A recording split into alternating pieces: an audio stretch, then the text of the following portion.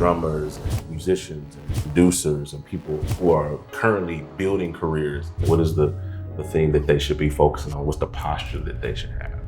I would say not to be. Kirk was like, man, you know, your plan is one thing, but really what I am being blessed by is The Bobby Jones, how does that story start for you? I just remember walking into one of the amphitheaters. He just said, come on up and play. They started playing and we just locked in. I turned to the left while I was playing and he was looking at Derek Lee and he was like, and from there, they came back after that and then I got the call. You cannot have that mentality. If you undercutting your brother, eventually it's gonna come knocking on your door. Wow. So in the middle of all of that, you know, I tear my Achilles. For me to be sitting on the sideline and I sat there and I'm looking at all of this go down, I can't play. I can't do anything. And Sanchez makes the call and say, hey man, we have this opportunity to do this record with Kirk Franklin. And this is Rebirth, isn't it? This Rebirth record. He was like, man, it's almost there. And he says, Terry, try this song. So I only know what I'm hearing them play. Yeah. Right? So I sit down and as soon as we kicked off the intro and then he was like, that's it. And from there, the rest is history. Wow.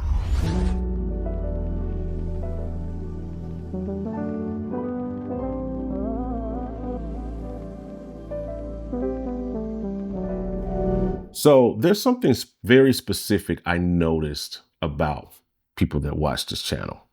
And it's the fact that over 60% of you that hang out with us aren't actually subscribed to this channel.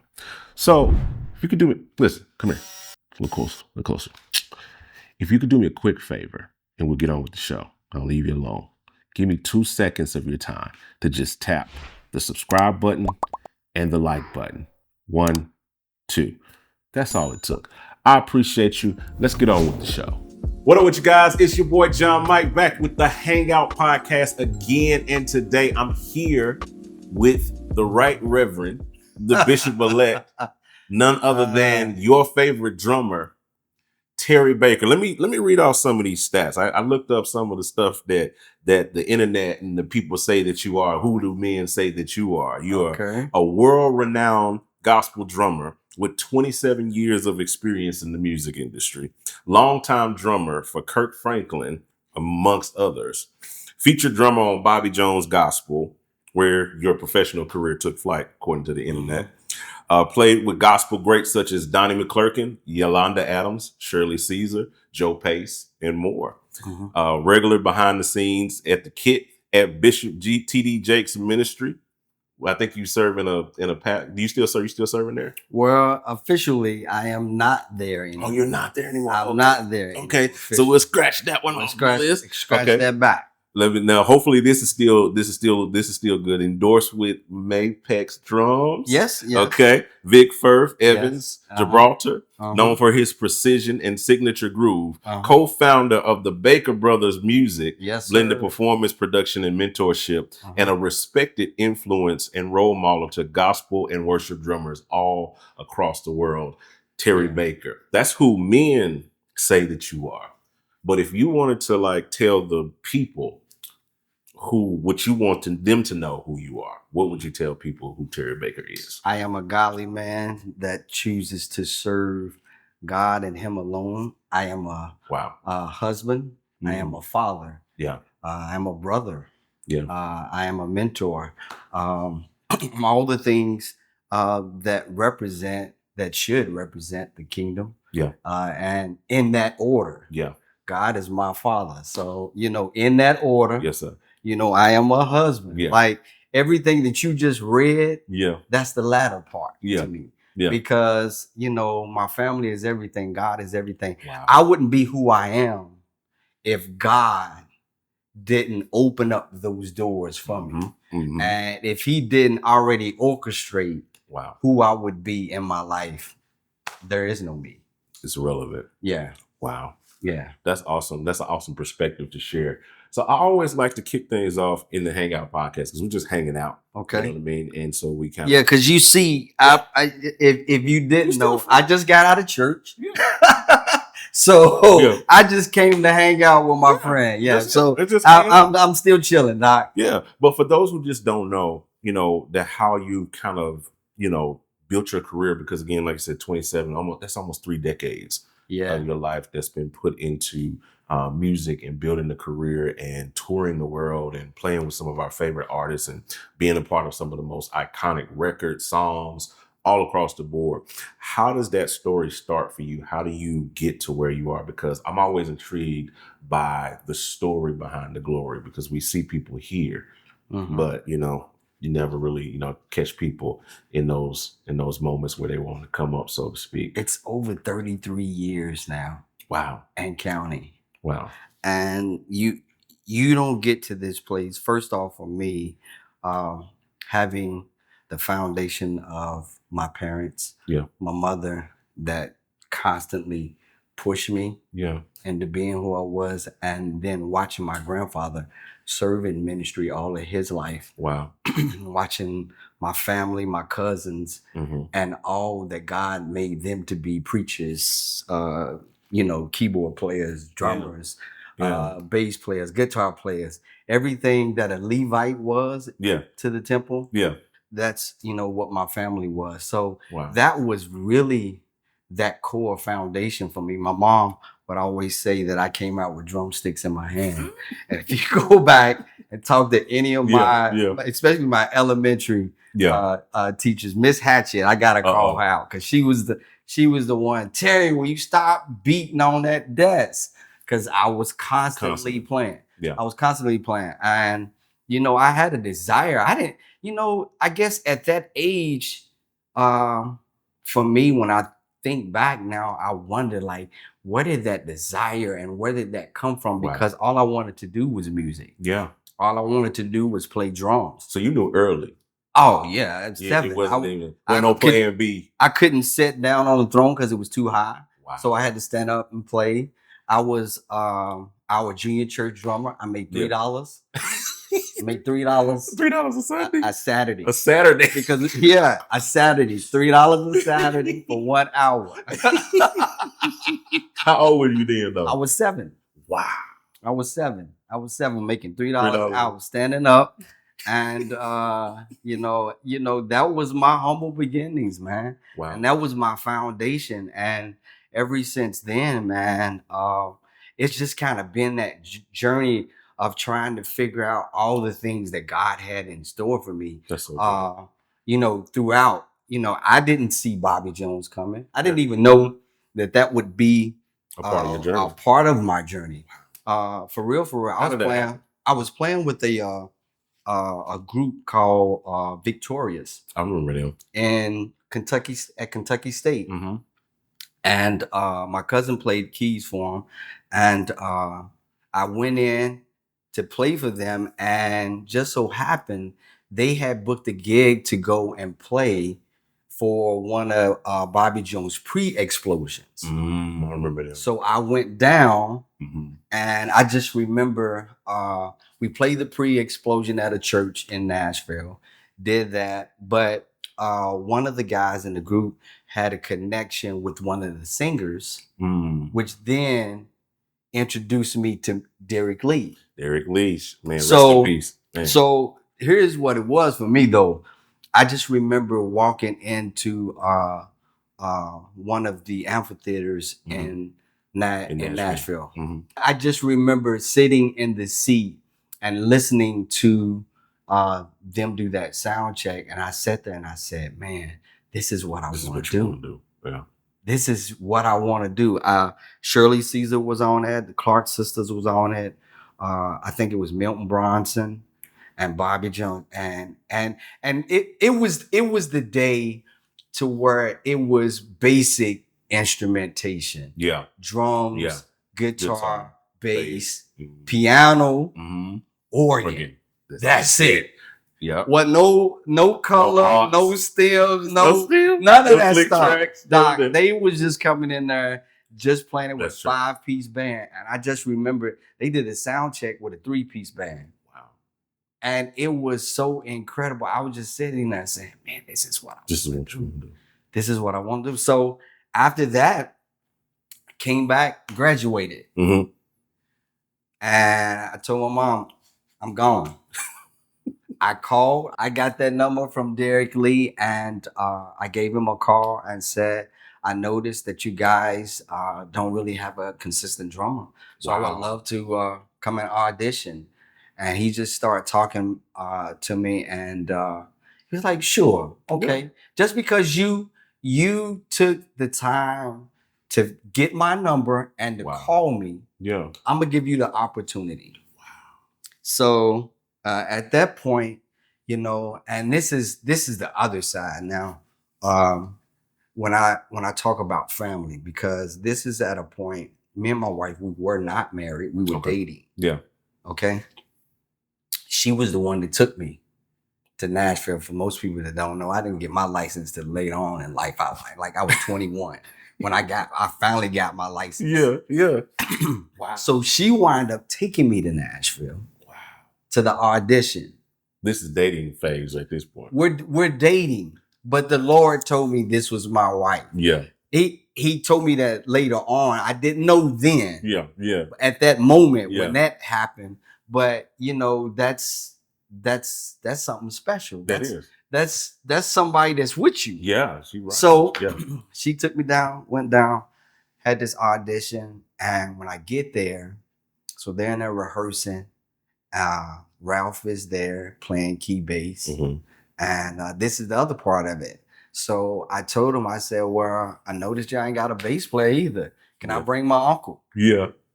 So yeah, sure. Both of y'all come on down. So we get there, Ralph's playing key bass, Derek's on the piano, and then Mikey is on guitar. Okay. Now Mikey, I'm a fan. I'm like, okay, wait a minute. Mikey is on this gig? Commission Mike? Yeah. Okay, Get there. I'm hyped, but I'm nervous. Yeah.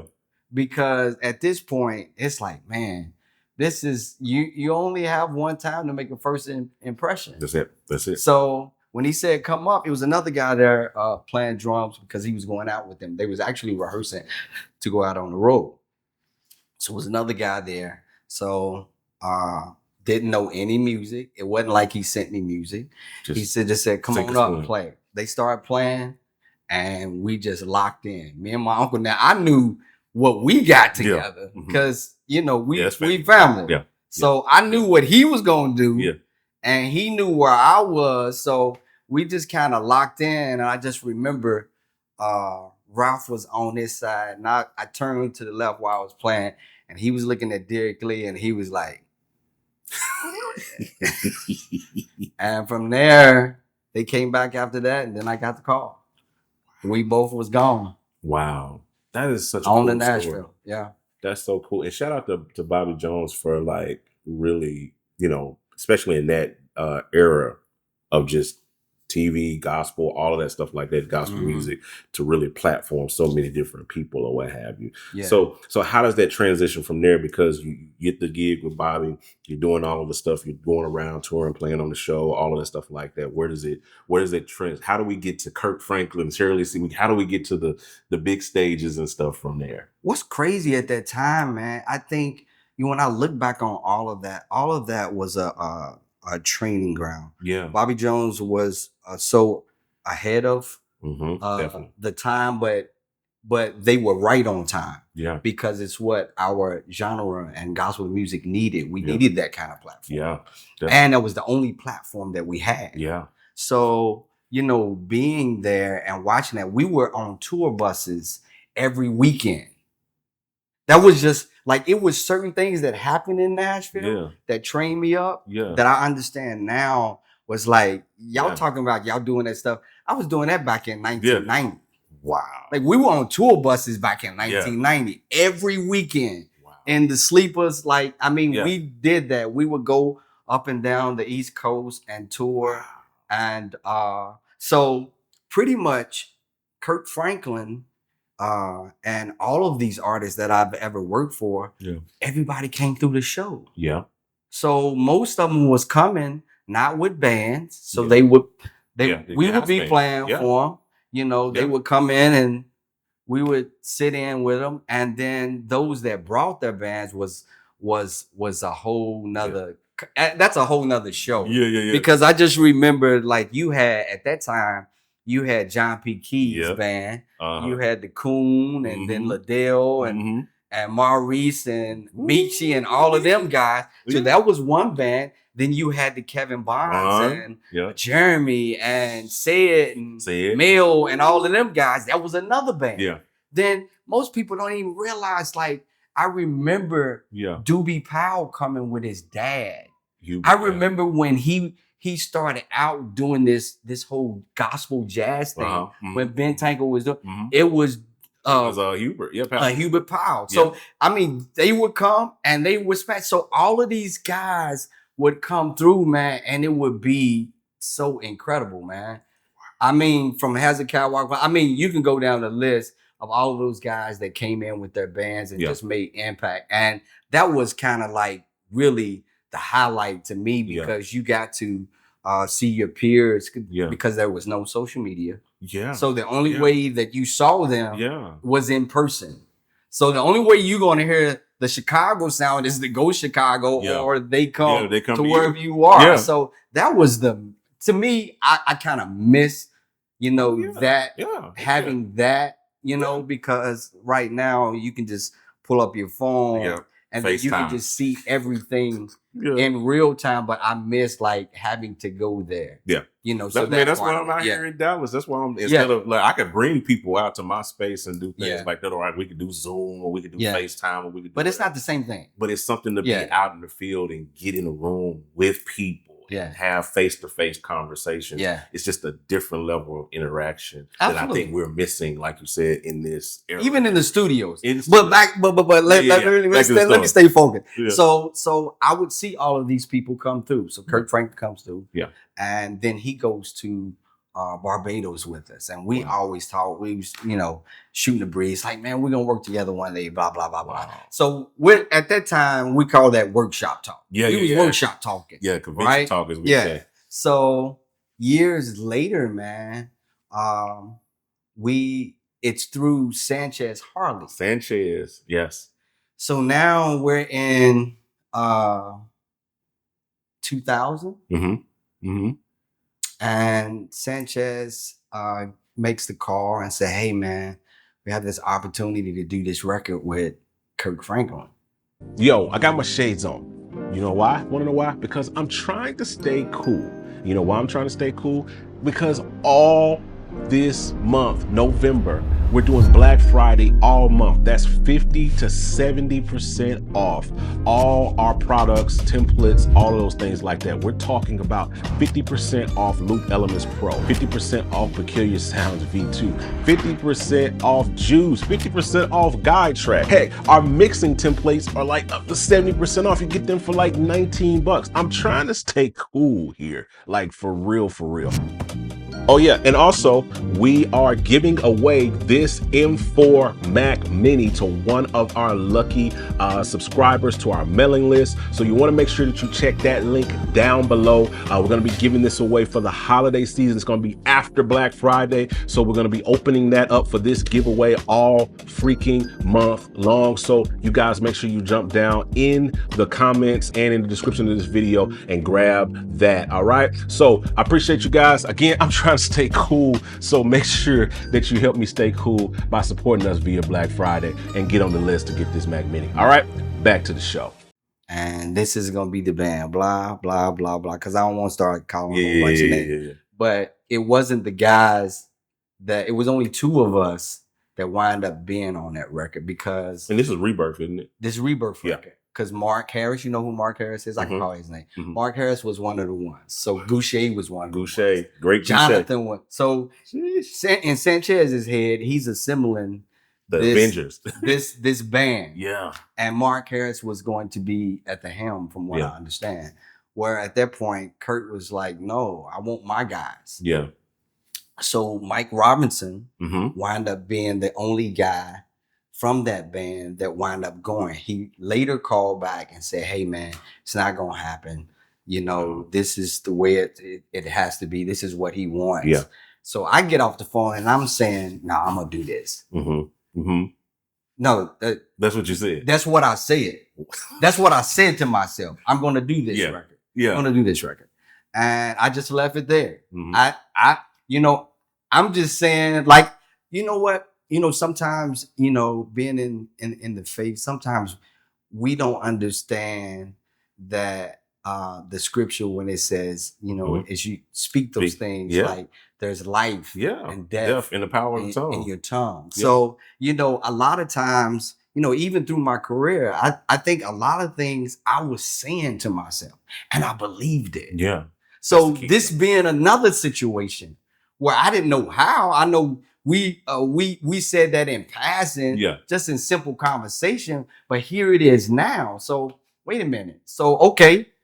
So is this really gonna happen, God? Like, are you opening this door? Because I had some stuff before God. Because at that time, I'm coming off of tearing my Achilles, where Wow. I couldn't play for 8 months. Wow. I couldn't play for 8 months. Then when I come back, Mm-hmm. I tell Bobby Jones, the Lord is telling me it's time for me to leave. Wow. And he's looking like, are you serious? Like, Wait, we just got. what are you gonna do? Like, Yeah. like I said, God has something for me. Now I'm asking for God for certain things for my family. Yeah. So in my head, I'm like, God, are you really telling me like you're telling me to walk away from this? Because in my head, this is what's sustaining my family. Yeah. So I'm questioning. Wow. And God is saying, do you trust me? Wow. So in the middle of all of that, you know, I tear my Achilles. And I have to go to Bobby Jones and say, I have I to, can't do it. like, this is it. Yeah. I can't. Like I'm being disobedient. I'm tore my Achilles. Like I don't want God to get me Yeah. You don't want you to Jonah you anymore. Yeah, like this is enough Yeah. for me to be sitting on the sideline Yeah. where I can't. But then too, I look at it as where God began to open up other parts of my ministry in that time. And I sat there and I'm looking at all of this go down. I can't play. I can't do anything. Like the instrument that this instrument that for years that served me and I served it. Yeah. Like I'm thinking, God said, no, it's not that. That's an extension, but that's only so people can see you do what you're doing. Yeah. In this moment. Yeah. Wait a minute. Let me make sure. I look at the camera. In this moment. Drums got me to the point to where I would have the opportunity for this moment. That's so good. So in that moment, so I'm saying, okay, God, you ain't let me down now. So I gotta trust you. Yeah. I gotta trust you. So I get to that, like months go by because they're rehearsing, they're doing auditions, and then maybe 3 or 4 months later, I get a call. Said, I'm sending you a CD. Learn the music on the CD.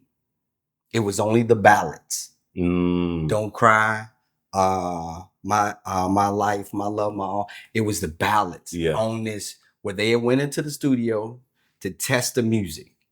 And to test and that's what he sent me. And he wanted me to learn those so that I could play those. Wow. So I go in and I'm sitting there and they're rehearsing and they're playing Brighter Day.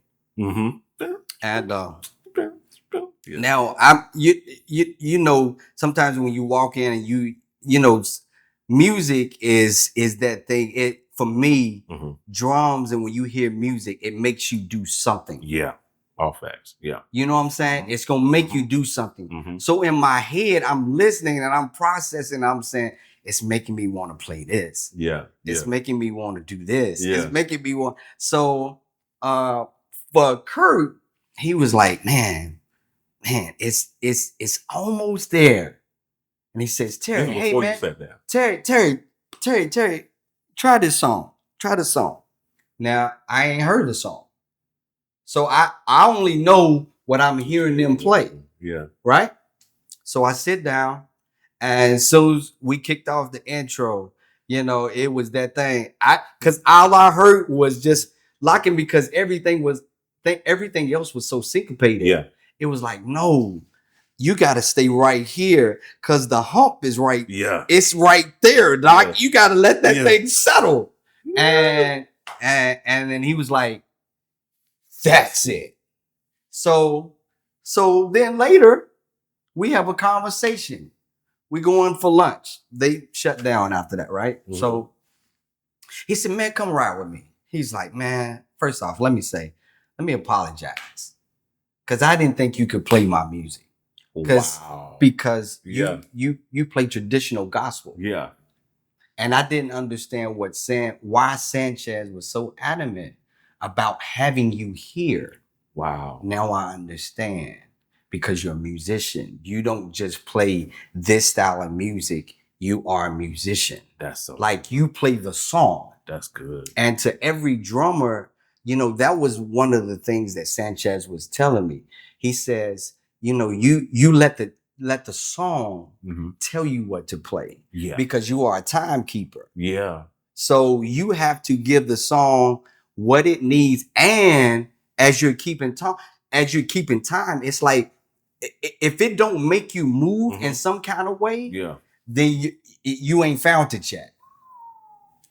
Because if there is no stems, if there's nothing else, and you can't sit down and make that song feel good without all of this fluff, what are you doing? And you know, I used to say, and we have this joke, but it's like, man, you know, sometimes when you hear artists say, oh man, we need the stems. Yeah. And I say to myself, wait a minute, we cut the record. So you're telling me we can't duplicate ourselves? We got the record. We recorded this. So you're telling me I need to play over me? Like, what we talking about?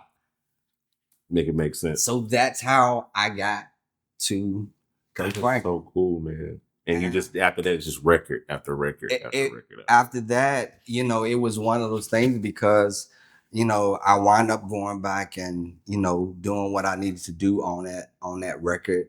And I just remember we went to London, and after we went to London for I think it was for New Year's, right? Mm-hmm, mm-hmm. So, and this is when I knew, like, music is really like the connection that bands have. It's not because they can play. Yeah.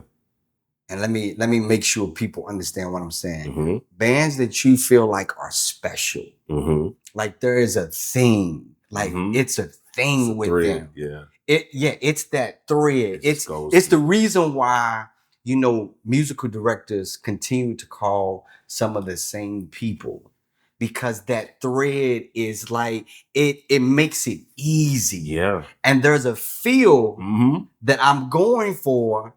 And why am I going to experiment and keep going somewhere else? But then too, it's relationship. Yes. Okay. So that's the part I want to hone in on. So I knew Bobby Sparks. I knew Sean Martin. Yeah. I knew all of these guys from, you know, God's property and just from coming out here. So we were comrades, right? Yeah. So they fly me out for 3 days before we're supposed to go to London and to rehearse. Okay. I'm staying with Bobby. Yeah. This is my friend. We still. Yeah. So when we get there, we go and shoot ball. Okay. Okay. So for 3 days, we hung out and we shot ball. In my head, I'm asking the question. Wait, hey, I would say every day, say, man, When we gonna learn this music? When we gonna learn this music? We going to London? When we gonna learn this music? Hey, man, when we gonna learn this music? Like when thing was, they knew the music. It was me.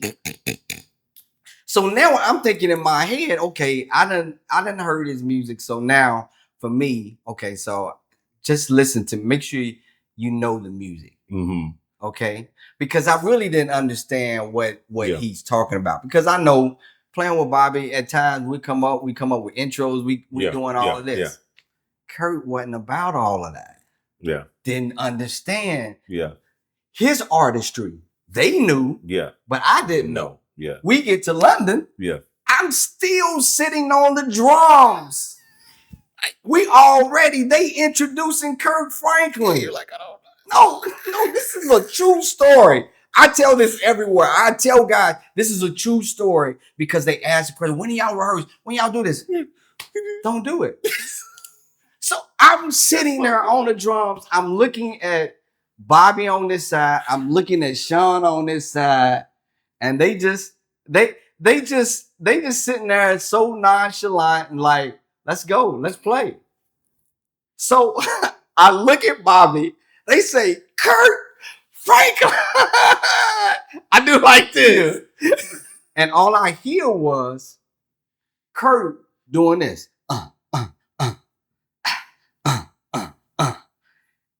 I looked at Bobby. I said, what am I to do? He looks at me and he says, play that. Ooh. So I said, So in my head, I said, okay, we're doing My Desire. Yeah. And from there, the rest is history. Wow. When I tell you, that's exactly how that happened. Everybody starts singing and everybody's looking at Myron's over here. It's like Bobby, and everybody looks at me and says, welcome. True story. It happened just like that. That is just like that. First gig with Kirk, and I've been with him ever since. Yeah. Wow. Here's the other part of that. Okay, teach us. The other part of that was later on, we go out of the country. Now, mind you, I said I had some things before God, right? Yeah. So on one side, some things were financial, but then on side two, there were some things that I wanted to happen just for convenience sake. Okay. Simple things like flying out of my city. Because I used to live in Nashville, but I didn't. Yeah. So whereas there were budget restraints on one end, and God was saying, okay, you're saying that you want this. I'm trying to give it to you. But you won't allow me because you're thinking that your blessings are only going to come from one way. Yeah. So just stay with me for a minute. Yeah. So in my head, they say, because we ain't talking money. Mm-hmm. So when the guy says, well, how much do you charge? Mm-hmm. So whereas I was making X amount of dollars, I mean, some people, putting some people's business but where I was making X amount of dollars, the Lord told me to say 4 times that. Wow. And I said 4 times that. Yeah. And he said, okay, cool. Made you wish you had his ass for 10. What else you need? Okay, so I live in Lexington. Need you to fly me out of Lexington. Need you to do this. Okay. Dang. Because one thing was, they were really a close, knitted, tight family. Yeah. And his not his first manager, but he later on, he started off from what I understand as his bodyguard, Jesse Hirsch. Okay. Yeah. And he would travel with him more his travel, he was his assistant or whatever you want to call it. Yeah. So he was out with him. He was actually the guy that jumped down when Kurt fell off stage. Oh, yeah. And he was the guy that jumped down. To get in, yeah. Yes. He was that guy that literally, if he didn't jump down, it was because no one knew what was going on, where he was, and he was the one that jumped down. And to nothing. Yeah, I remember. To try to. So yeah, I remember he that was that guy. that was in Memphis. Yeah. That's right, because I'm right outside of Memphis. I remember when that happened. Can't remember where I was when that happened, but I remember hearing about it like the moment it happened. Yeah. That was crazy. So all of that goes down, and then we on another gig, and Kurt was like, "Man, your plan is one thing, but really, what I am being blessed by is the spirit that you carry, Mm.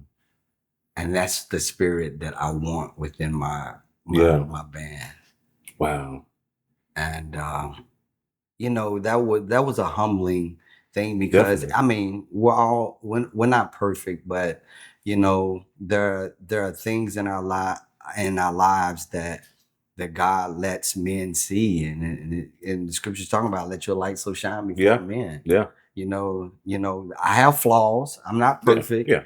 But I'm grateful that God allowed him to see his spirit within me, because that's something that I say to the Lord daily, please don't ever take your spirit from me.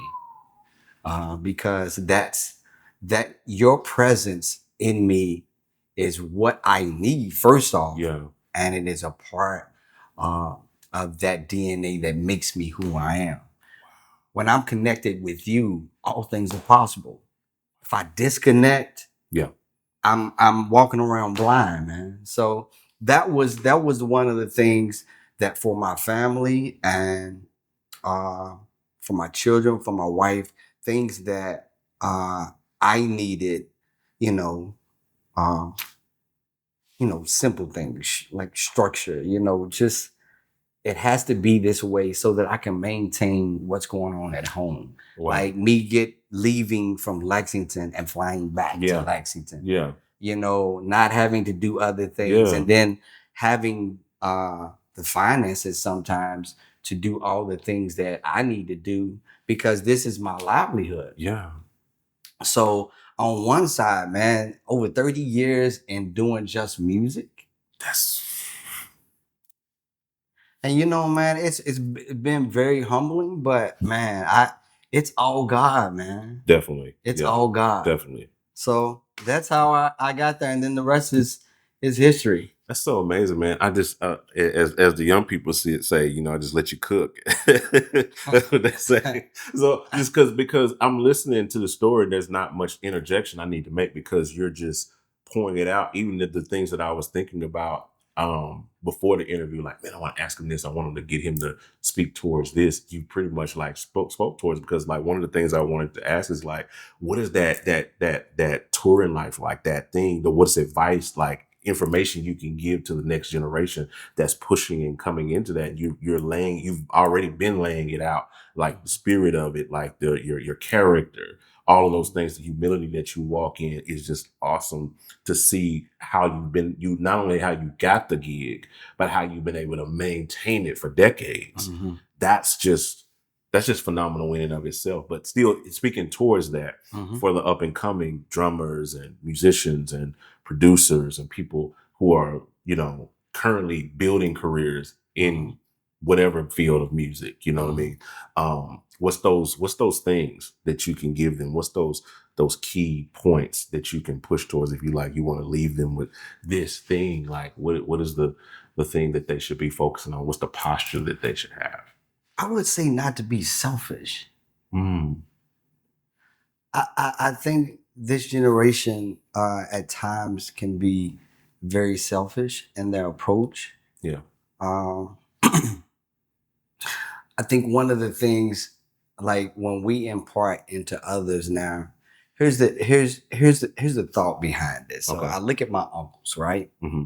The Bible says that greater shall they do, right? Mm-hmm. So every generation, so your son, your grandson, like you expect them to do greater things, right? Yeah. So in my time, there were things that was imparted into me that helped me get to this point. Wow. So I have to pour that out, to somebody else as well, so that they can get what they need. So what is it that they're needing? selfishness. I see a lot of selfishness. I see a lot of people guarding situations and not really giving the information of finances, humility, just all the things that make sense. Like a good friend of mine, one of the things that in our era, like, and this is one of the reasons why I respect him. So Kuhn, Calvin Neighbor, right? So there was a situation where me and him, I got a call to do Donnie McClurkin's record. That I think is the hymns record. Okay, yeah. Right? Psalms, hymns, spiritual songs, that all. Right? Yeah. So I got the call to do it, but we were going out on tour. So I couldn't do it. Right? So I didn't know what information or what they did after I told them that I couldn't do it. Yeah. But me and him talked all the time. Yeah. So just so happened in us talking, because I was just in Carolina doing Shirley's record. So he knew that I was getting ready to do this gig, possibly with the Donnie McClurkin thing. Yeah. Right? Yeah. So he had the information. So couldn't do it because we're going out on tour, right?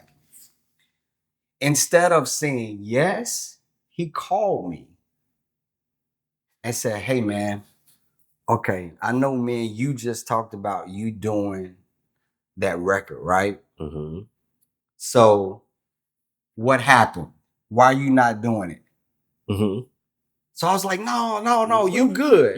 You good. But see, that's another level of respect. Yeah, and that's integrity. You know, sometimes people think because you're doing a gig that there's always mess or there's something else behind it. And then you just think, or you just think you're that good. Yeah. When they're for real. No, because there's so many musicians in the world. Like today, like all you got to do is scroll through your phone and you can count how many can really play. Every morning when I'm on Instagram. So there's nothing special, but it was that integrity for me.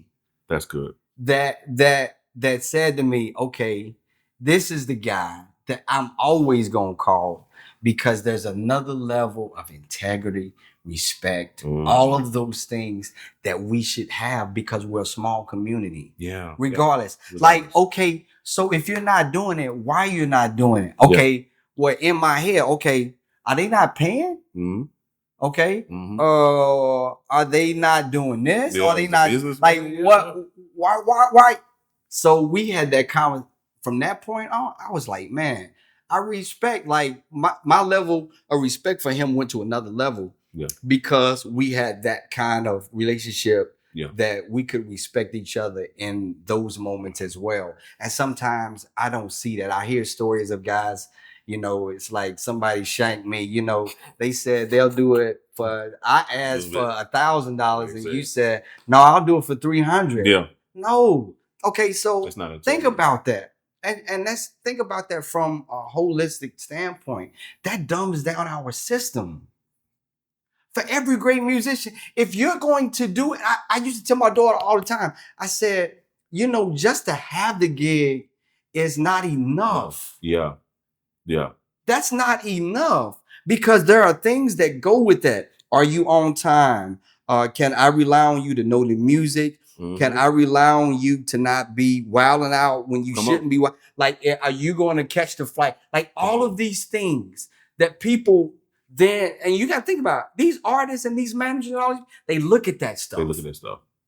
So you got to think about it from another perspective. But then too, it's like if you undercutting your brother, like somebody gonna undercut you. Yeah. So you can't have that mentality.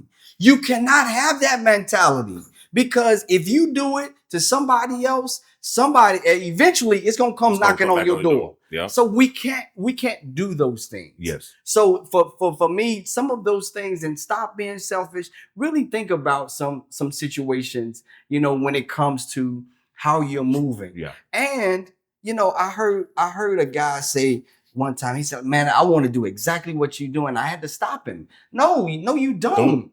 Because you're going to miss out on what God has for you. Wow. You're looking at me, and God has uniquely designed me to be who I am. So you're going to miss out on your greater paying attention to me. That's good. You can't do that. That's good. Like you got to say, God, whatever you have for me. That is for me.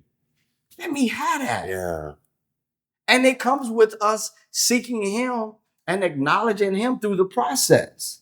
Because here's the thing about God. It's like when God ordains you to do something, can't nobody mess with you. That's good. They can't mess with you. And people try. I tell people all the time, let your haters keep talking. Because he said they're going to be your footstool. Because every time they talk, guess what? They lift you up. Every time. Yes. So what we doing? Yes. So let that be, and just allow God to be who he is in our lives. So those things, I think sometimes it's in the simple things of how we look at business. Because there's a manager, there's an artist, and there's all these people that sit behind the scenes, and they're going to get what's coming to them. Wow. But who's protecting you? Come on. Who's protecting us? Come on. Who's protecting your children? Come on. Like, somebody, when these deals are made, they're not thinking about you. No. They don't have you in mind. So why don't you stop and think about yourself? Every yes that you say, or every situation you say yes to, is not always a good situation. It's not. It's not. Some things are there to get you off course from what God really has for you. Yeah. We was with a producer. I told you about the J. Rose we was with earlier today. And he said, this is crazy. I know that's God because of how that's full circle. He said the same thing you just said. But what he said, how he said it was, he said, what you see as rejection is actually God's protection. Absolutely. Yeah, absolutely. He said, so you don't always have to say a yes, or a yes is always not a good yes. You know what I'm saying? So you have to. That's so good, man. You gotta think about all of those things, but and like I said, I'm not perfect. I didn't do things always the right way. Yeah, no, but I thank God for his hand of protection. On me. Yeah, because there was some situation that God protected his investment in me. Wow. Yeah. Because all I wanted to do was please him. Yeah. Sometimes I didn't know how, in what way that I should really do something. Sometimes us as church kids and church and saints and all of this, we read the scriptures, but sometimes we don't know how to apply them. No. Sometimes we don't understand, how we are to navigate through certain situations. Exactly. And I thank God for his hands of protection on me as... Yo, that's wild. That's wild. You know what else is wild? The fact that you probably haven't heard of Peculiar Sounds yet. Listen, if you need those unique, soulful sounds to really bring a track to life, then Peculiar Sounds V2 has just what you need. We're talking signature keys, synths, pads, plus hundreds of MIDI files that make it super easy to jumpstart your creativity. All of these are curated and sampled by the one and only legendary Doobie Powell. It's perfect for gospel, R&B, or any genre that needs that rich type of vibe. And guess what? It works with any DAW. It's standalone, all of those things like that. So if you could do me a favor, jump down in the description, head on over to gospelproducers.com and take your sound to the next level. All right, back to the show.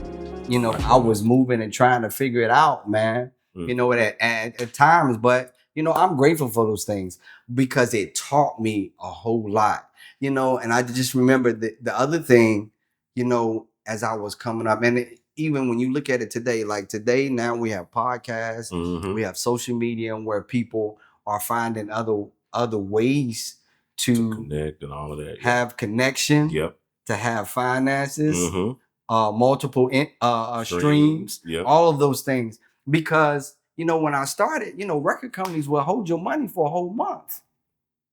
And my wife was saying, "Oh, well, wait a minute, the rent ain't gonna stop." So I mean, we got to get this. Like, I don't understand that but that's the music business sometimes. Yeah.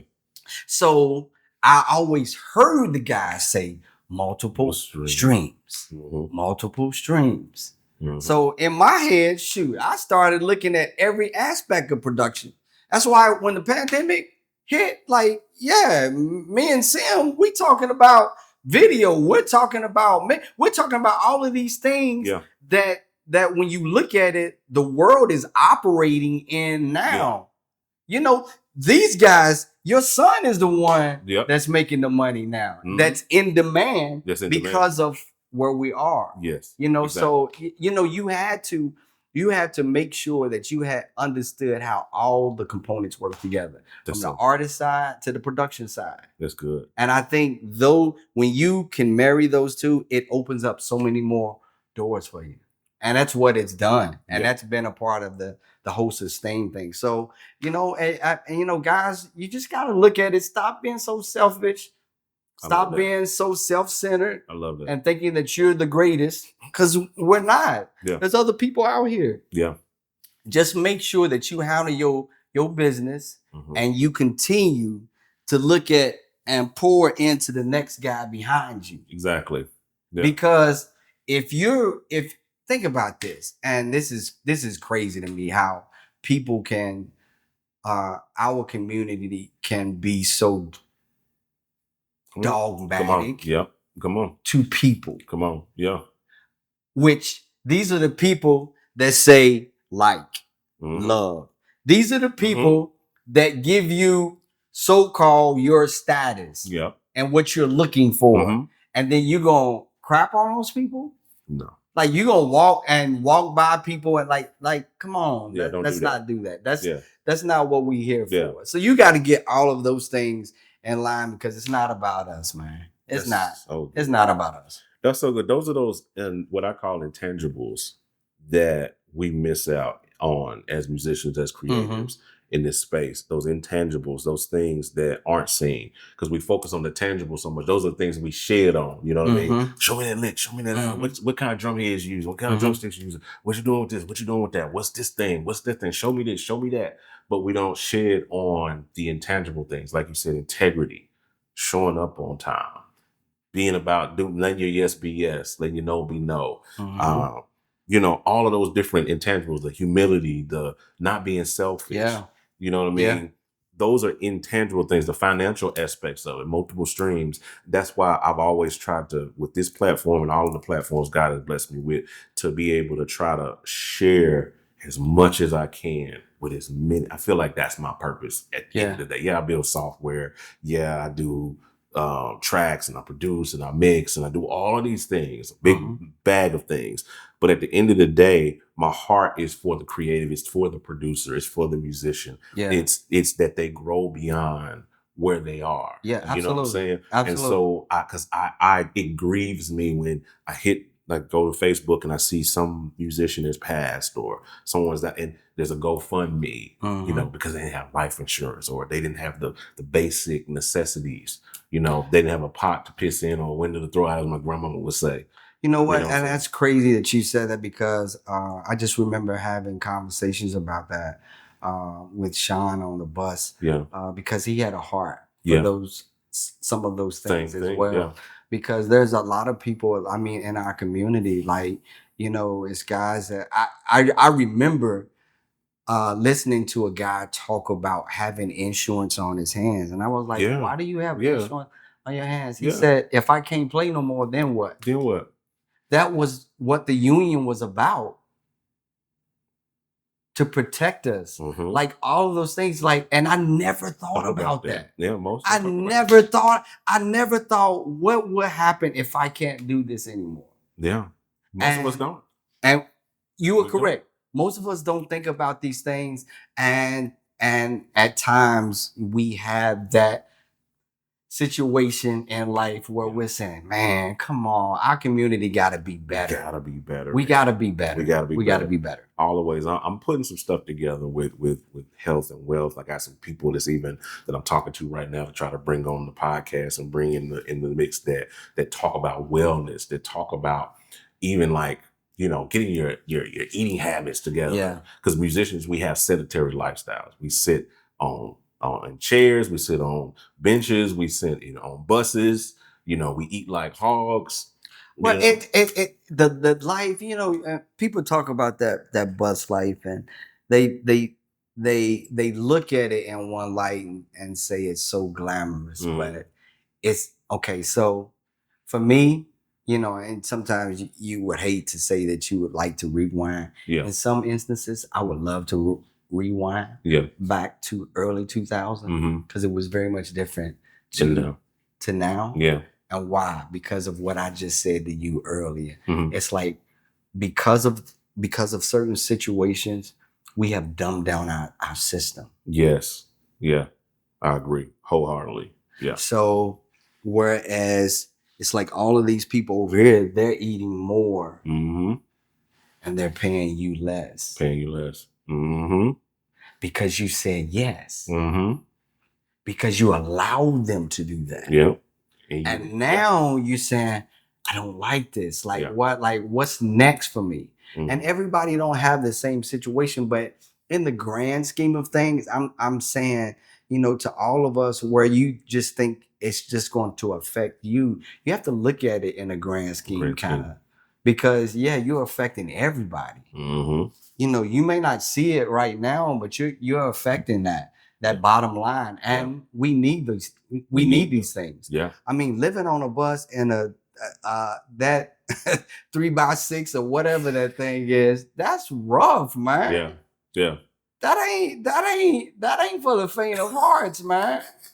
And then you wake up on a bus, you live on this bus with 11 other people that you may like or you don't like. Yeah. And you're just in the space, and then you go to the stage and you play 3 or 4 hours and you repeat. And then at the end, by that time it's midnight. Then you eating all hours of night, eating soul food, eating all of this stuff. It's like, man, it's not for the faint of heart. Yeah. You have to have a plan together in your mind and understand how to move through that, to make it make sense. Yeah. And for real, it's not just staying in the moment, but sometimes, you're in the moment, but you got to be thinking about it for the next one. You got to be thinking about coming the next one behind you. That's so good, man. Yeah. That's so good. So I know it's, your time is precious. All of our time is precious. I don't want to eat. And I know we could go all day, but I do want to get your perspective and have you, talk about like where you are now and what's forthcoming in your life, like the things that you're working on now, the things that are getting you out of the bed every day. And I know you're still touring, you're still doing all these different things, but what are those things that you have your hands in right now that you're currently building? I know you and your brother have a thing that y'all have built. I want you to talk about that. And also like things that y'all are forthcoming, that you're building, outlook that you have on everything. What is it? What are those things that you kind of got going right now? Man, it's really these moments. Yeah. It's really using our voices and the information and all the things that God has given us to pour back into the next generation. That's awesome. And really to be teachers. Yeah.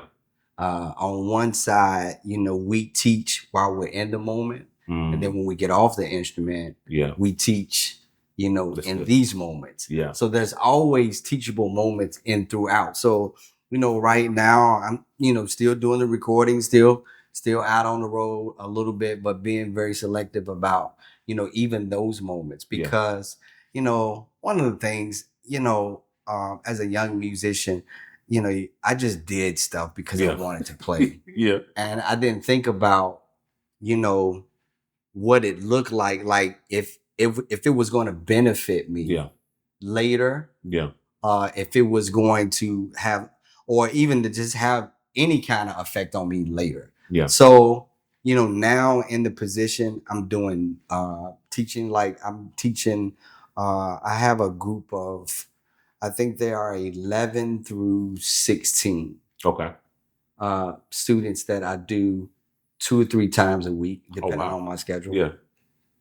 At a school, and that's one of the things that one of the areas we're moving in because of what God has showed us in a conservatory.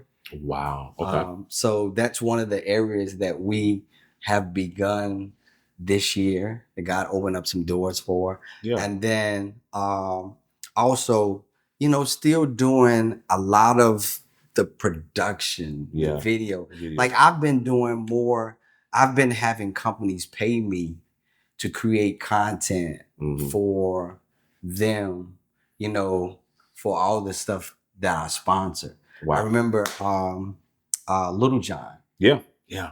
We was having a conversation. He came to one of the shows and he said, man, at this point, for me, endorsements are not the same because it's like, if you're not paying me, come on, what am I really doing? Because you're taking advantage of me. Yeah. So at the end of the day, anybody that I'm sponsoring or anybody that I am speaking for, I'm going to do my best to push the brand, and I'm going to be that marketer for the brand. Yeah. Like, because I know who I am. You know what you bring to the table. And I know what I bring to the table. So you have to match that energy. You have to match that space for me. So I'm not just going to do it just because.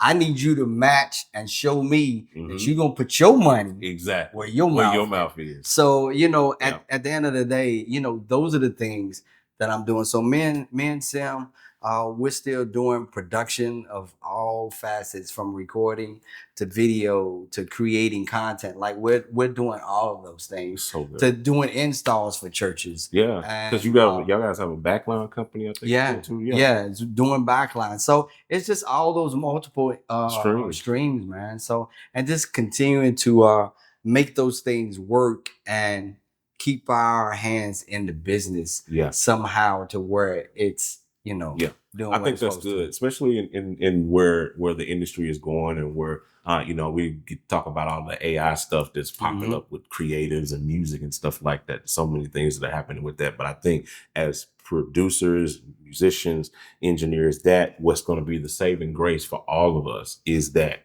multiple streams, multiple sources of income, all of those things like that, so that you guard yourself. Because I think a lot of us got caught off guard when the pandemic happened. Absolutely. You know what I mean? Because they were all on one source, whether it was touring, whether it was just playing in church or whatever the case may be. And then when that got sucked out, a lot of people were shipwrecked in that area. You know what I'm saying? But, people as myself and people like yourself, we saw the avenues where we could not just get constricted, but spread out. Get our hands in multiple things. And those are the people that ate during the pandemic, during that time, because you figured out those lanes that you can move in, those other skills that you could stack and build. And that's been my encouragement to creatives and producers. It's like, hey, this time, get your hands in some different things. Start a backline company. You got gear. Most of us got gear for days. I know. Absolutely. I'm just sitting around. Well, you got a drum set that's sitting there. You only playing it on Sundays. You play it 6 days of the week. It's sitting. Why don't you put it to work for you? Man, it's tons and tons of boutique backline companies now, because that's what I consider. Well, because only big companies, you still got the SIRs and all of them guys, but they're still controlled by the same kind of system. So the rest of us are boutique. It's more about getting with the client. And making sure that you locked in with the client and you're taking that. And then from there, that continues to work itself and open up other doors for you. So that's one space. But man, I'm telling you, man, we did more video stuff. That's really what we were doing the latter part, at the church when all of that hit at the Potter's house. That's so cool. we were creating this content. So good. And we were it's funny because when we got there, they were talking about, how in the next 5 years that we were just going to be fully online. Church was going to, and it literally happened. And I was thinking to myself, okay, so I looked at my bra. I was like, man, so that's a part of being at Bobby Jones. because that's where we learn how to edit. That's how we learn production from all of these sides and did all of these things. That's a part of that. Yeah. So now we're in it. He went full-fledged and making sure that lighting and cameras and all of that stuff was in place and in our dynamic. And then I was dealing with more on the artistry side. Yeah. So we brought those two together. Yeah, man. And that's another thing. I know it's your brother, but partnering up. I have a friend that told me years ago, and I never forgot it. And it's been the bedrock of my business. All of the businesses that I've done over the last decade is the bedrock. He told me years ago, he said, we was talking about doing a partnership deal. And he was like, man, let's do it. And he told me this, I never forgot. He said, why would I eat hamburgers by myself when we could eat steak together? Yeah, absolutely. And I never forgot that. And that became the bedrock of my business with collaboration. So everything that I've done, from gospel multi-tracks to all the way up to gospel producers now and doing all the other stuff that I'm doing it's all collaboration based. It's all about like connecting with other producers, other musicians, other creatives. It's like, let's build something because we're stronger and we're bigger together. And the bigger our network is, the bigger our net worth is. I think that was what was important about being here. Yeah. We came here, people ask all the time, did y'all come here? Like, why you here? And it wasn't for to be on the Bishop J stage. It wasn't even about that. And that's a whole nother show. Yeah. Because it's a story behind even how we got here. Wow. But it wasn't for that reason. We came here on assignment to do what God told us to do. And because previously it was like 3 other times that we got an offer to come here. Wow. And it just wasn't the timing. Yeah. It wasn't right, and God wasn't saying it's time. Wow. It was funny because when we flew out here, I remember we was about to land, and my brother said, the Spirit said, welcome home.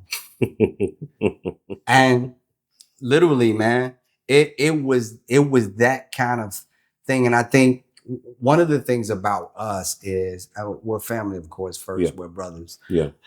But, God told us early on that what we would do, the impact that we would make, even though we had our separate lanes and God created us uniquely. Yeah. But it was about the oneness that we had when we're together. Wow. That moves and shifts things. Yeah. And that's really what began to move, because every situation there was a shift and there was a move. Wow. To get to even places that some of them are at right now. And that's why we were here.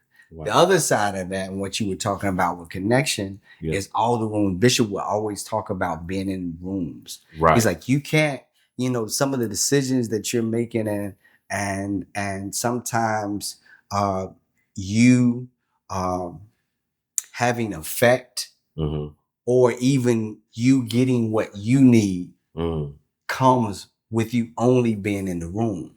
That's good. So it's like it began to open up. Yeah. And then we found ourselves in these rooms. So, here, all I'm hearing is, all right, let's go take his money and fund what we want to do. Go get his money. Okay. Oh, I never thought. Oh, let's all of us link. Yeah.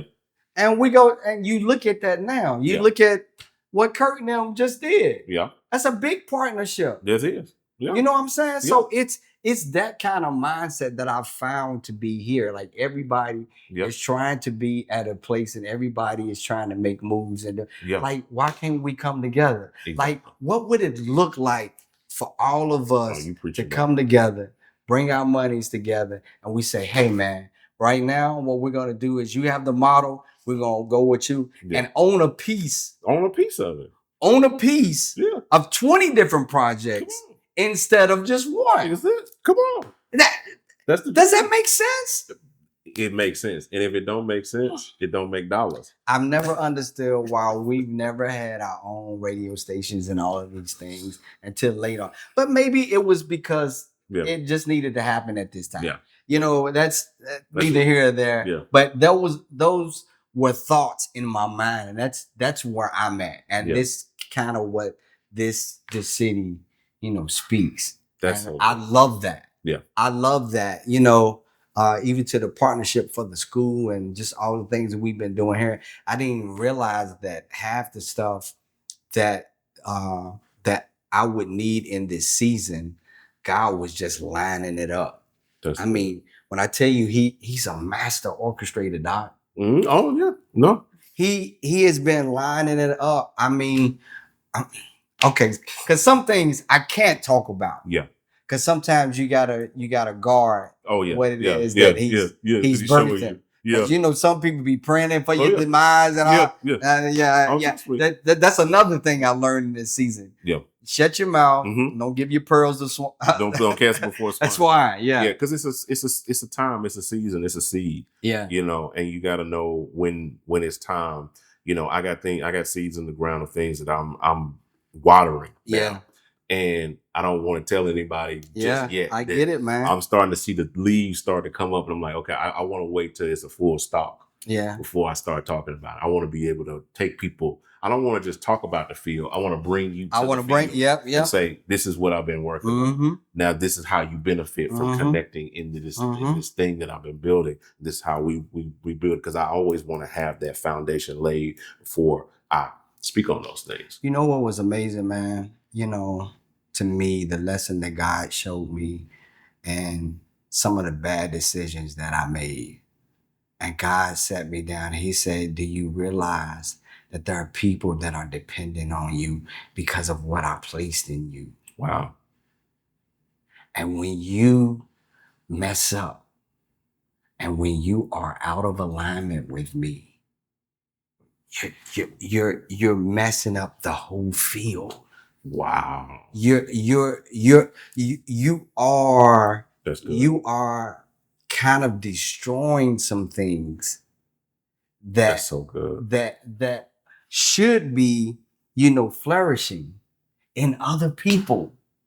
Wow. And so many times in ministry, that's what happens.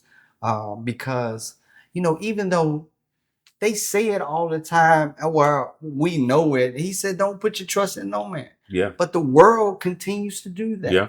And there's people that look to us for guidance. Yeah. That is the one thing that I said, man, I can't take that for granted. Yeah. Because sometimes I give my phone number out to a lot of people. Yeah. Just because if you ask me for it, I'm not going to give you the fluff. Yeah. I'm not going to if I don't have time, I'm just going to say, hey, I don't have time right now. But I'm not going to destroy, the confidence in you. Yeah. But at times, man, it's stuff.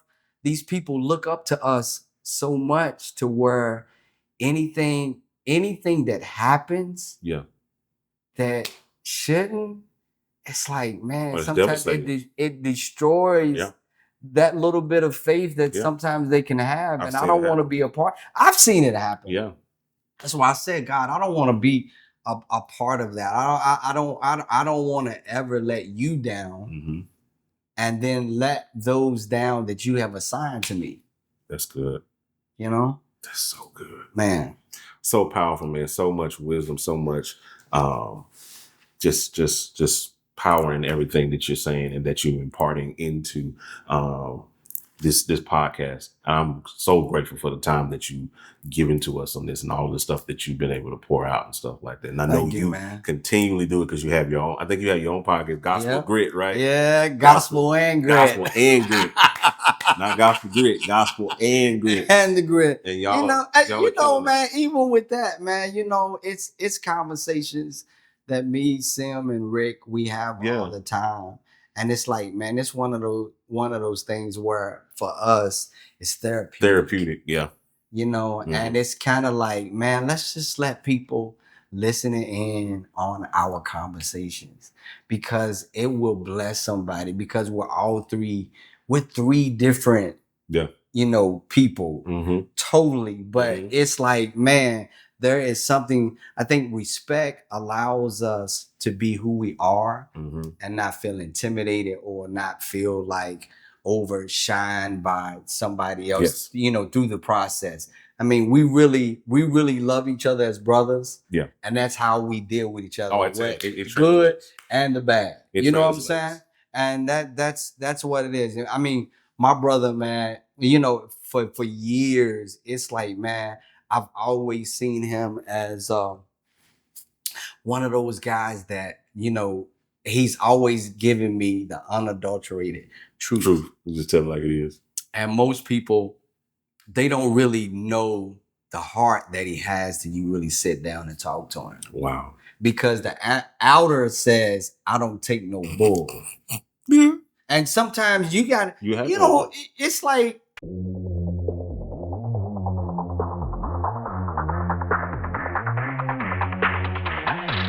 GospelProducers.com.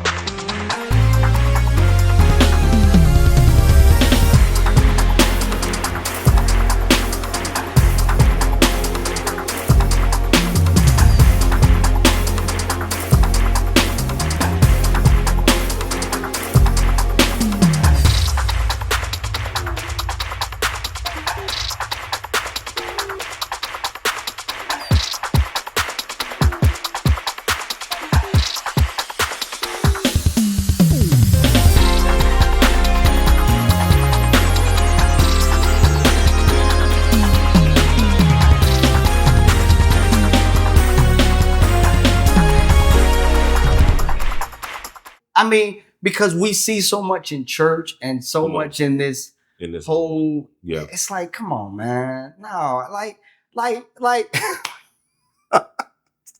not going to tell that story. But it's, it's just like we have respect, of some people. And sometimes we forget that your name is, what's your name? Oh, John. your name is John. They want to, like, you are such a, I'm going to put this other, like, I'm just Terry, dog. Yeah, just Terry. You ain't got, like, God knows me as Terry. Exactly. Like, you ain't got to give, and sometimes that fluff is unnecessary. Yeah, like, I'm just John. I'm just John. Come on, man. Like, I respect you. You respect me. That's all it's about. That's all it's about. And that's the way he is. Yeah. If your mama named you John, what up, John? What up, John? That's it. And that's it. That's him. That's who we are. And man, and sometimes people think that that's a disrespect thing. They think more of themselves than they ought to think. Come on, you said a whole nother thing. That's another, that's what. Yeah, we're going somewhere else now, but yeah. I love it, man. Well, this has been an amazing conversation, and we're definitely gonna get you back in. Got to do some stuff because this is good. I think you are. I told my wife that some people. She was talking about a friend of hers, and she was talking about how layered this person's thinking is, and then you kind of put me in the mind of that person that she was talking to, one of her friends, and I told her, I said, no, you never get to the bottom of her thinking. I said because she is a ball of yarn. And when you unravel that, it's wrapped around an onion. So you are a ball of yarn wrapped around an onion. So we got to untangle the yarn to get to the onion to start peeling back the layers to get to what get all of the layers, get all of that in there, man, to make it what it is. What's crazy is that every season in life, we talk about winter, we talk about fall, we talk about spring, we talk about summer. Yeah. And, some people don't like them. Yeah. But every season there is growth in it. Wow. Every season, it's for a reason. Yeah. Even when we talk about those 4 seasons, there's a reason. There's a reason for them. And that's how we are as people sometimes. So the stories that I'm talking about, there's like you talking about those there's layers in just those moments that could go on. That's a show by itself because it's so many lessons that God taught me in me tearing my Achilles and him putting me in a place like that was a season where I was a choir director. Wow. I didn't touch the drums till I went out with Kirk Franklin, or I was recording something. I didn't even play drums at church in Kentucky. Wow. He was choir director. I was a choir director. What? Didn't know that. Wow. I was that's when I was walking into the season of being a minister of music and doing all. So it's like, man, God, you were showing me another side of me that I didn't even know I had. Wow. Because what messed me up in that season is whereas at times we as musicians, we hide behind our instruments. Yes. But we hide because on one side, I can say this for me, is because nobody ever nurtured the other side of the me. other side. Yeah. They didn't tell me that, God having a word that I was supposed to present. They didn't say that it had to look like this. Exactly. Or they didn't tell me that I had to do it like that. And for some people, it messes them up because I know for years, it's like, okay, God, I know there's a word that I have, but I don't see myself doing it like that. Exactly. But does that mean that it diminishes what you have in me? Wow. No. I just needed to learn and that was a season where God had us. I mean, we removed ourselves from the church that we grew up and we were having Bible study. Wow. God had us in that season by ourselves, 2 families and our pastor. Wow. Real talk. And when I tell you, that was the most rewarding time of my life because it really showed me all my mess. Wow. Sometimes, in this walk, it's like you're out here playing and you're out here on the road, you're doing all of these things. And it's not in your heart to be that guy or to be that person that sometimes other people see the flaws. Oh yeah. Whereas some people they just see this. Oh, that's terrible. Yeah. But you're really seeing the flaw. You're seeing the and then we are sitting in a seat and saying, "No, that ain't me. That ain't me. That ain't my heart. Yeah. That is not me." And you're gonna stop saying that that's me. Yeah. And God slowly but surely starts to, like you said, pulling out. He pulls off those layers to show us who we are, not to beat us up, but to prepare us for what's next. Yes, because that's what prepared me and had me sensitive to where He was taking me. Because I can't go in being that guy, and I can't let that guy out. Exactly. Yeah. I gotta be delivered from that guy. Exactly. And sometimes we have to, sometimes we have to be careful of the company that we keep. Absolutely. Because there are people that are assigned to you to make you mess up or to have you mess up. Exactly. Or to put you in a position to mess up. All of those things. Yeah, and you have to guard that. And you have to guard. You have to guard that. Yeah. So, man, when I tell you, I'm telling you, bro, like it's story upon story through this transition and through the process. Because, man, God has just been, He's really been awesome through this time. Wow. He's been like, man, you have no clue. Even down to the fact that there are people that still that when He sends people your way to remind you of what you're supposed to be doing. Wow. Like strangers. Yeah. Like people that you've never met. Like, have you ever had the experience where you're just sitting there and I'm saying to myself, okay, so now I understand. It's not, we just don't meet people. No, for real. Yeah. People just don't stop and talk to you. At this point in life, this is supposed to be, this is a greater season for me. Wow. Yeah. At 50. Yeah. Like I'm making moves at 50. At 50. I'm being sustained at 50. I'm in good health at 50. Out on the road, doing your thing. Yeah. Everybody don't have that. And that's something that we should all be pushing towards. Absolutely. But it comes with obedience. Yeah. Obedience is a big part of it. Because without us being obedient, how are we gonna please God? Exactly. Yeah. Yeah. Onion layers. Bruh, I love it. This is so good, man. Like I said, I know we could lay it out for the next 3-4 hours and never exhaust. I had a friend told me years ago. He said God is infinite. Yes. You know, and the most amount of time it would take to exhaust him is infinity. So if you ever try to get to the end of God, you're gonna be always going. Yeah. So that's super dope. If people, we're gonna close out the podcast. Just the podcast. We're gonna do an after talk. We're gonna keep the party going ourselves. You know, that way we don't run out of tape, and we don't keep y'all here because we've been going for a while. Yeah. We gotta give y'all the benediction. You know, and then we can sit and talk afterwards. You know, in the green room as they do with the pastors. But no, it's been super dope, man. So if people if they want to connect with you in all of the different facets, support you in whatever different way, connect with your podcast, connect with you on production, background, whatever the things that you do, how do they connect with you? How do they connect, you know, and get you with?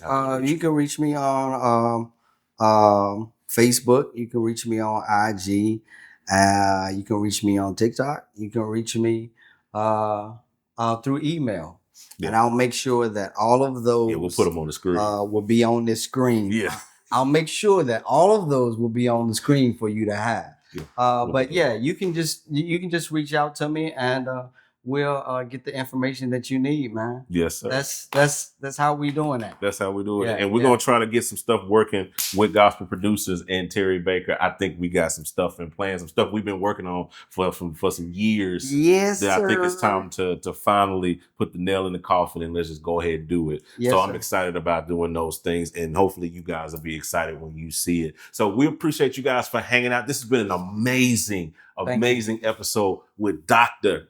Terry Baker. That's what I'm calling Dr. Terry Baker. This guy is a onion wrapped around, or a ball of yarn wrapped around an onion, and we'll never get to the end of the layer with this guy. But you guys go follow him because he's got some amazing stuff. Check out the Gospel and Grit podcast that he's got going on with his brother and Rick Watford. They got some good. Simeon Baker is his name. Big Unk, I think. Yeah, Big Unk. I think one of his tags is Big Unk. Yeah, get him. Get on there and connect with all of those guys because they got some dope stuff that they're moving. Connect with him. He's down here in the Dallas where we are, just hanging out for the week, doing some content and all those things like that. We appreciate you guys for tapping in with us. Check us out. Make sure you do all the things that you do on the video. Like, subscribe, share, call your mom and them, tell them to come watch the podcast. All right. We'll talk to you guys on the next one. I'm out. Holla at your boy. Yeah.